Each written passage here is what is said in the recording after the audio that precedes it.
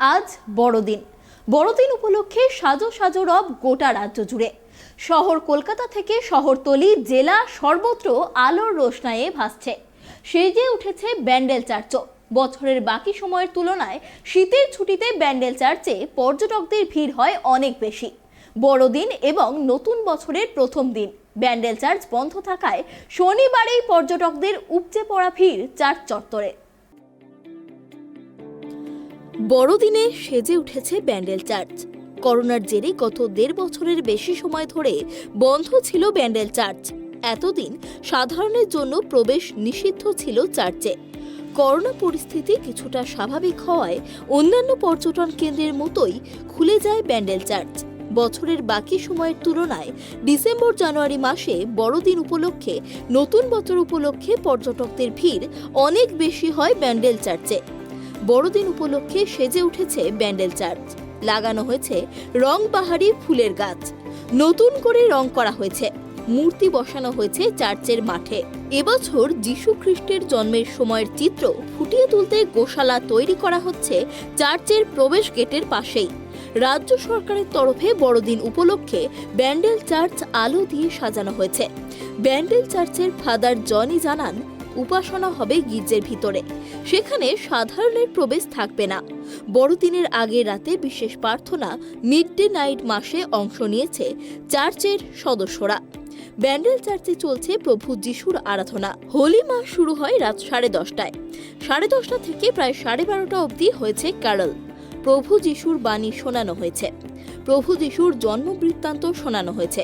এই প্রার্থনাতে শুধুমাত্র খ্রিস্টান ধর্মাবলম্বী মানুষের প্রবেশাধিকার ছিল। উপস্থিত ছিলেন হুগলি লোকসভার প্রাক্তন সাংসদ রত্না দে নাগ, চন্দননগর পুলিশ কমিশনারেটের কমিশনার অমিত পি জাভালগি। বছরে 2 দিন, বড়দিন এবং নতুন বছরের প্রথম দিন চার্চ বন্ধ থাকে। সবাইকে নমস্কার এবং বড়দিনের শুভেচ্ছা জানাচ্ছি। এবছর আশা করি আমাদের বড়দিন প্রতি বছরে আমরা যেভাবে পালন করি সেভাবে করতে পারবো।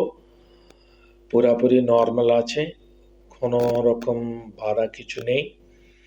আমরা আগামীকাল 24 তারিখ শনিবারে রাতবেলায় 10:30 বড়দিনের বড় উপাসনা হবে এবং মধ্যরাত্রে সে উপাসনা শেষ হবে। মধ্যরাত্রের সময় আমরা যীশু খ্রিস্টের যেখানে জন্ম হয়েছে সে গোশালা আমরা তৈরি করেছি গির্জার বড় গেটের সামনে, সেটা আমরা খুলে সেখানে আশীর্বাদ হবে, প্রার্থনা হবে।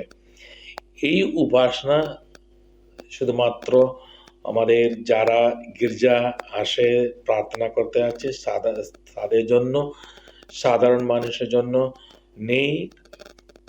প্রথম কারণটা হচ্ছে গির্জার অত জায়গা হবে না, সেই জন্য বাইরে থেকে যারা আসে ওদের জন্য নেই, শুধুমাত্র যারা বান্ডলে আছে তাদের জন্য মাত্র। যারা ওই প্রার্থনা করতে চাই তাদের মাত্র। 25 ডিসেম্বর আমরা যে বলছি বড়দিন, সেই দিন আমাদের গির্জায় উপাসনা আছে সকালে 7টা, তারপর 9:15 এবং 11 বাজে। এই উপাসনাগুলো শুধুমাত্র ক্যাথলিক খ্রিস্টানের জন্য, আর অন্যদের সাধারণ জনে অ্যালাউ নেই, কারণ এটা আসল প্রার্থনার সময়। তারপর গির্জা বন্ধ থাকবে, কিন্তু গোশালা খোলা থাকবে। যে ক্রিব আমরা তৈরি করেছি সেটা খোলা থাকবে এবং সেখানে আসে দেখতে পারবে, দর্শন নিতে পারবে, প্রার্থনা করতে পারবে সবাই।